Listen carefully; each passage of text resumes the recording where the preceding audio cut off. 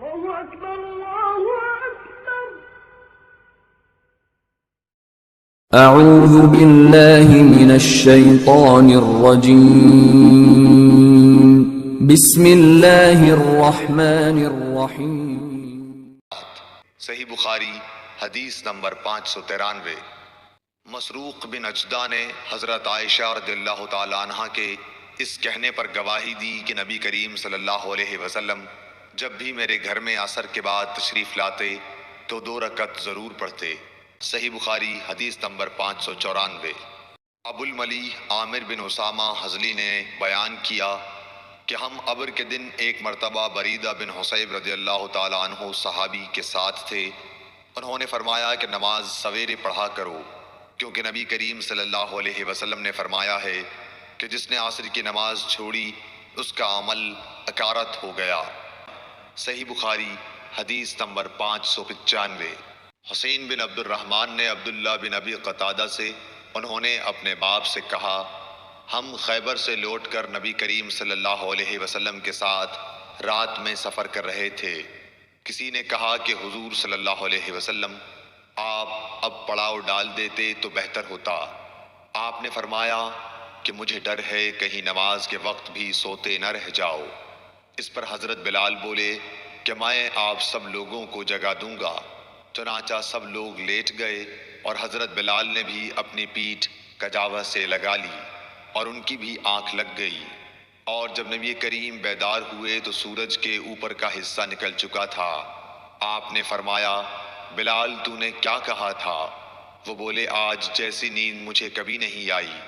پھر رسول کریم صلی اللہ علیہ وسلم نے فرمایا کہ اللہ تعالیٰ تمہاری ارواح کو جب چاہتا ہے قبض کر لیتا ہے اور جس وقت چاہتا ہے واپس کر دیتا ہے.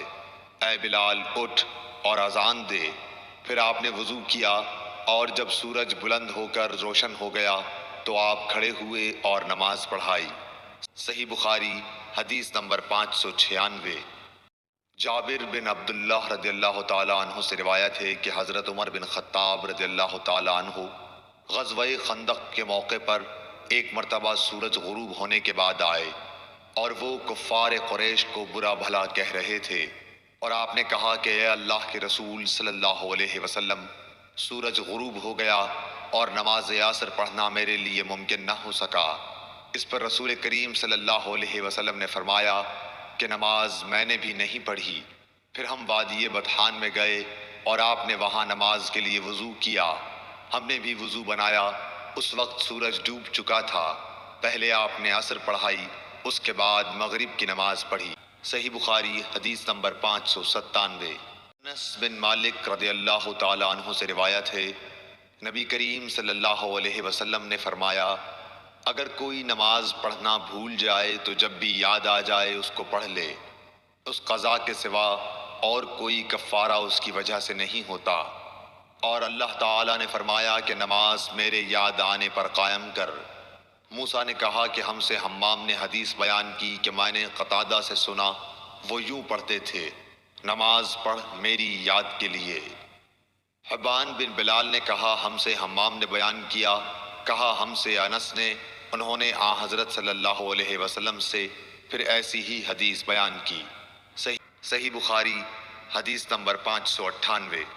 مسدد نے بیان کیا، کہا کہ ہم سے یحییٰ بن سعید قطان نے کہا کہ ہم سے حشام دستوائی نے حدیث بیان کی. کہا کہ ہم سے یحییٰ نے جو ابی کثیر کے بیٹے ہیں حدیث بیان کی ابو سلمہ سے، انہوں نے جابر سے.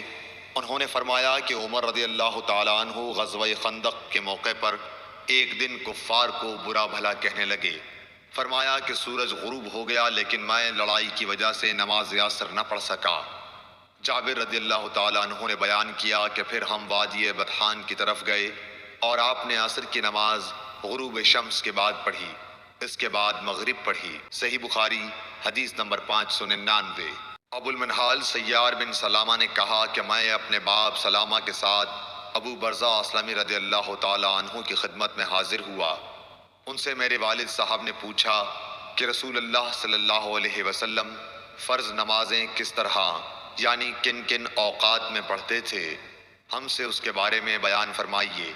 انہوں نے فرمایا کہ آپ ہجویر ظہر جسے تم صلاۃ اولیٰ کہتے ہو سورج ڈھلتے ہی پڑھتے تھے، اور آپ کے عصر پڑھنے کے بعد کوئی بھی شخص اپنے گھر واپس ہوتا اور وہ بھی مدینے کے سب سے آخری کنارے پر تو سورج ابھی صاف اور روشن ہوتا۔ مغرب کے بارے میں آپ نے جو کچھ بتایا مجھے یاد نہیں رہا، اور فرمایا کہ عشاء میں آپ تاخیر پسند فرماتے تھے، اس سے پہلے سونے کو اور اس کے بعد بات چیت کرنے کو پسند نہیں کرتے تھے۔ صبح کی نماز سے جب آپ فارغ ہوتے تو ہم اپنے قریب بیٹھے ہوئے دوسرے شخص کو پہچان لیتے۔